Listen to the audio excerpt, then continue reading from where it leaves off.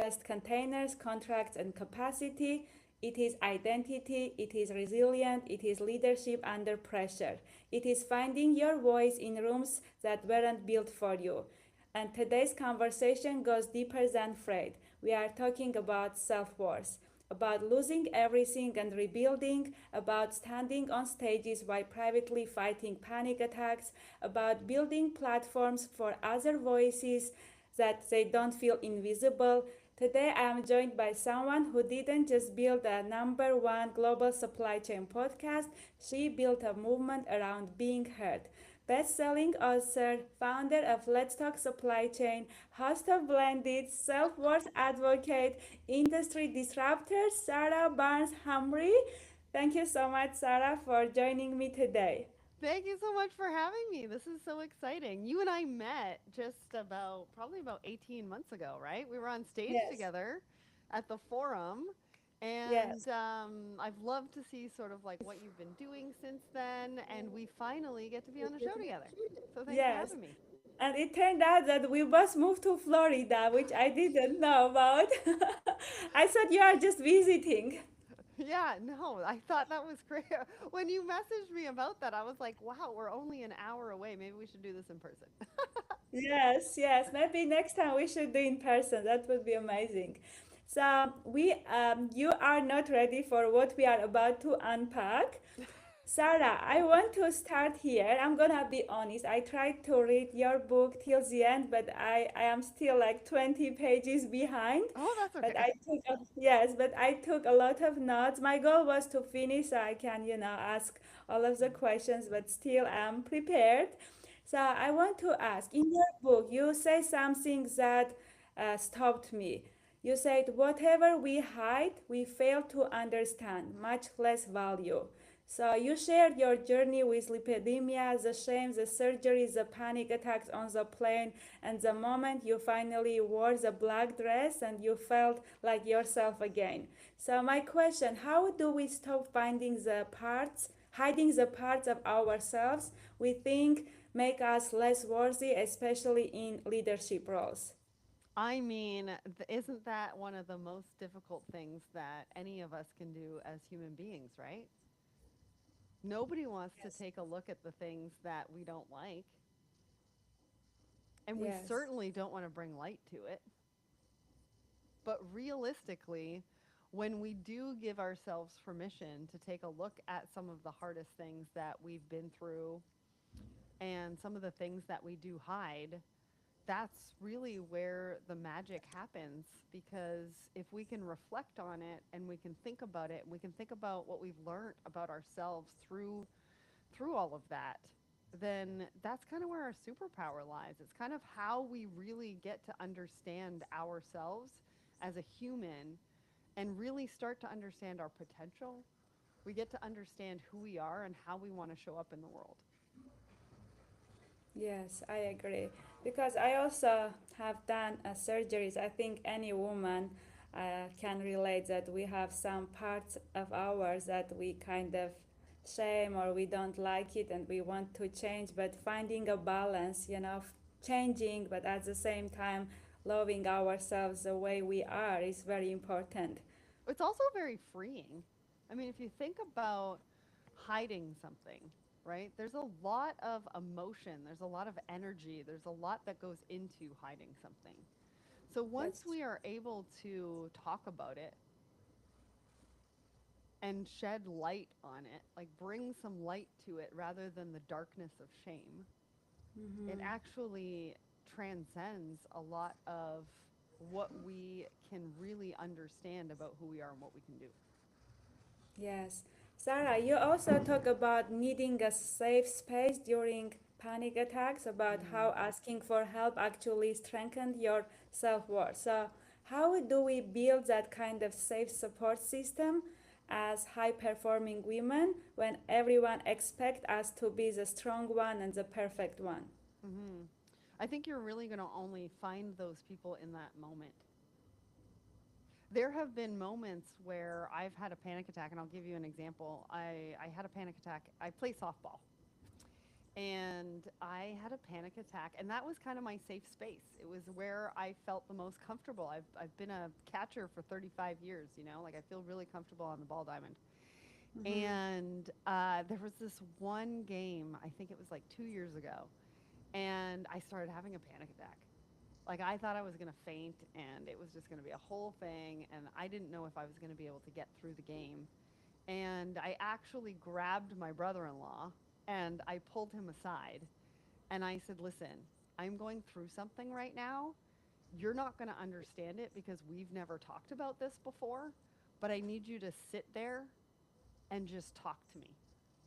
Because I knew that that was what was going to help ground me through that, thing that I was going through at the time. And panic attacks look different for different people, right? Some people are very verbal and they have to get it out, and they have to ground themselves in five things that they can see, four things that they can smell, three things that they can hear. Mine don't really happen that way. I do mine very, very. Mine kind of happen internally. I get very emotional, and so just through that story and being able to communicate with him what I needed in that moment, he was able to give that to me, even though I had never really vetted him as a safe space. So I think what happens is we can't get too caught up in trying to figure out who those people are, but understanding how we communicate in that moment, what we need, really, really helps. Okay. So understanding ourselves first, what is gonna help ourselves first, Yeah. and then God, universe will send the right people, right? Uh, Sometimes, I mean, sometimes it doesn't, right? There's going to be moments where you're asking somebody to be a safe space for you and they can't do it.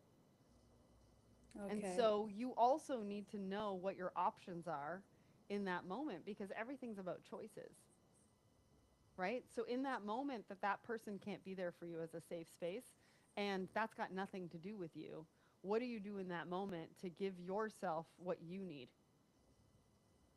So in some of those moments for me that was going to into a bathroom. Yeah, I remember you mentioned a lot going bathroom, crying, and getting back on track, and doing your panel speaking or public speaking, asking questions. You mentioned in your book, Sarah, that independence is a core of the confidence because it allows you to be okay being yourself. And that really hit me because so many of us confuse independence with illusion. How do we stay independent without becoming emotionally closed off? Mm. I think that's going to look differently for different people, right? It really depends on how we look at independence. Somebody can be independent, but they can also have a partner that they are very much attached to emotionally, et cetera, et cetera. And so I think it depends on our version of what independence means. I think it depends on what our version of resilience means. And that goes back to understanding who we are. If we don't really understand who we are and how we fit in and what that looks like for us, I think it's very difficult to navigate and figure that out. Yeah. So now I'm curious, what is your version of independence? Because there is this trend being independent woman, we don't need anyone. What is your version of being independent? I've had a very significant journey with independence, and I actually talk about it a lot in the book, right? Because when I was Yes. 16, my family needed to go to, I was living in Vancouver at the time. My parents needed to fly to Toronto, and I was left to pretty much With my own grandma, devices right? since I was 16, right? I Mm-hmm. had to cook for myself, grocery shop, take myself to softball games, all of that kind of stuff. And so I grew up very, very quickly. And so I learned independence very quickly, but I also didn't really understand independence until a number of years later. Wow. So independence is different stages, right? Oh, definitely. It's like self worth. It's like finding your voice, right? All of that's going to come in ebb and flows throughout your journey. You're not necessarily going to be confident in your voice your whole lifetime. It's going to Yes. come and go. There's going to be certain situations, there's going to be certain days that it's stronger than others. It's Yes. how you deal with that in the moment and how you bounce back afterwards and how you find that voice afterwards. Yes. For me, it was just very interesting also. Of course, after becoming a student, I had to live in a different city like you. So I had to cook for myself, do grocery shopping. I was also 17 years old.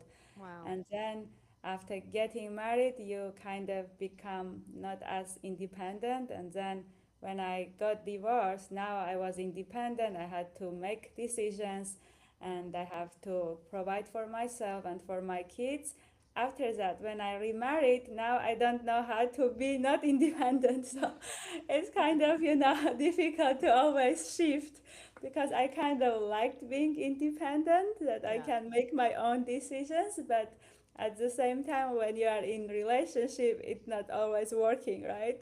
Yeah. So how was your experience, if you don't mind, of course, sharing? Because you shared already in your book that you were about to get married and it didn't happen and then you remarried, right? So Hmm. how your independence changed as a woman? Yeah, I mean, when I was 16, independence looked like I had to take care of myself, and I had to learn how to do that fairly quickly because, it kind of happened. I think in my 20s, I lost a little bit of myself and the independence in the relationship that I had. Although, um, I had a lot of experiences in that time that also built a little bit of my independence, if that makes sense. I think you can have both at the same time. It just looks very different. Mm-hmm. When that sort of fell through, I started traveling on my own. I was doing different things. I was traveling to different places, and that's what independence has looked like for me, pretty much from then until now. I've been married. I think it's 13 years in July, and we are very independent people, and I continue to travel on my own, and that gives me some independence. And I learned through actual therapy that that was something that I needed in my life. Mm-hmm. Was that a couple of times a year, whether it was for work or for whatever that looked like, I needed Yes, to have some time on my own to go and travel somewhere and do some stuff on my own. And yes, that for me was what I needed to keep my sanity. It didn't mean I didn't love my husband, and we've had conversations about that. So, he doesn't feel left out or anything like that. And so that has kind of continued. But I think the success of that is that we've been able to talk about it and communicate it so that it doesn't yes. make the other person feel badly Yeah, that's because it's not very about them. important. Yes. And I think every woman needs it. Women retreat, silence retreat once a year. We definitely need it to just go and be on our own with our own thoughts, especially if you have kids and family, right? You need Mhm. this space to recharge and be back again, feeling yourself. But you also mentioned, Sarah, about self sabotage, about how not feeling worthy can subconsciously lead us to destroy the very thing we want, that feels very real in entrepreneurship, right? How do we recognize when we are shrinking ourselves before we sabotage something important? Yeah, and I think that's not just for entrepreneurs. I think it's just for people in general. We tend to do that. If we're scared of something or we think that something is bigger than us and that imposter syndrome comes out, we Mm-hmm. self-sabotage. We start either talking ourselves out of it, or we start talking when we're having a conversation with somebody else about what that potential could be, or maybe it's a job interview. Maybe we show up late. Yeah. Maybe we don't show up in a professional setting. Those are different indications and ways that we self sabotage ourselves in different ways. And I think that we all do it. But we need to recognize what that looks like in us. But it starts with the fear. Like, what are we afraid of? Are we are we afraid of going out in public? Are we afraid of being bigger than we think that we should be? Are we shrinking ourselves to be what everybody thinks that we should be?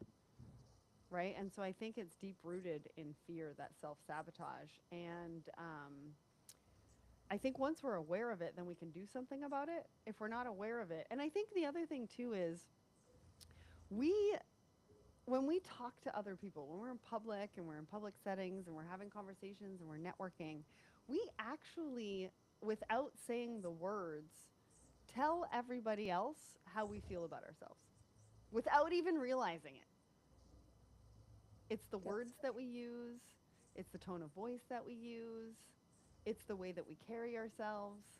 And people can yes, read that and they yes. can understand, like this, how we feel about ourselves. We kind of wear our self worth.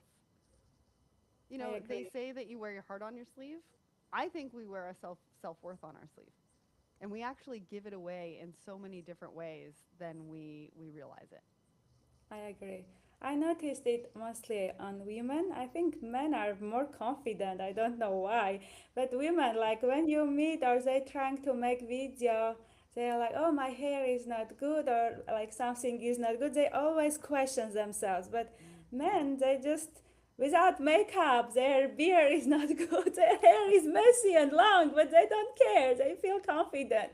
But women, we are so perfectionist, we just have this imagination. We want to be perfect, and then if we are not, which perfect also is, questionable, right? What is perfect? What is perfect for you might not be perfect for me, and the vice versa. So it's so difficult as a woman. But But do they have the confidence? I If they think they show do. up and they're not groomed and et cetera, et cetera, et cetera, what does that, how does that portray to other people? Yes, it doesn't portray it good, but I Mhm. never heard any man saying, "Oh, my hair doesn't look good today," or "I am not groomed." I never heard. Have you But heard? we communicate it differently, right? For us, we've been groomed in the fact that everything needs to be perfect. Right? We have to have makeup on and we need to look a certain way and we need to be a certain weight and our hair needs to be it needs to look a certain way. And so I think it's communicated. I think it's a way for us and how we show up in the world. It's just done differently for different genders and different people because we're not all Yeah, the same. different cultures. I agree. Hmm. So you wrote affirmations, and I think that's very important for women, especially.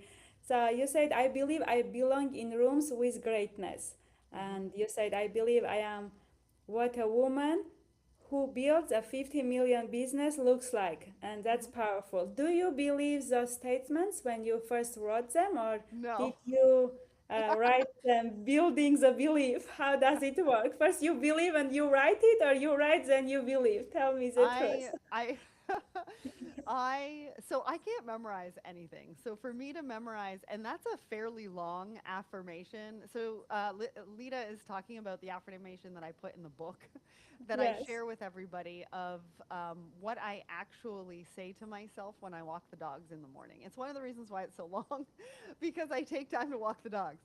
Um, and I took bits and pieces of that affirmation from different people. I was hearing Yes. affirmations from different people. I wanted to make it my own.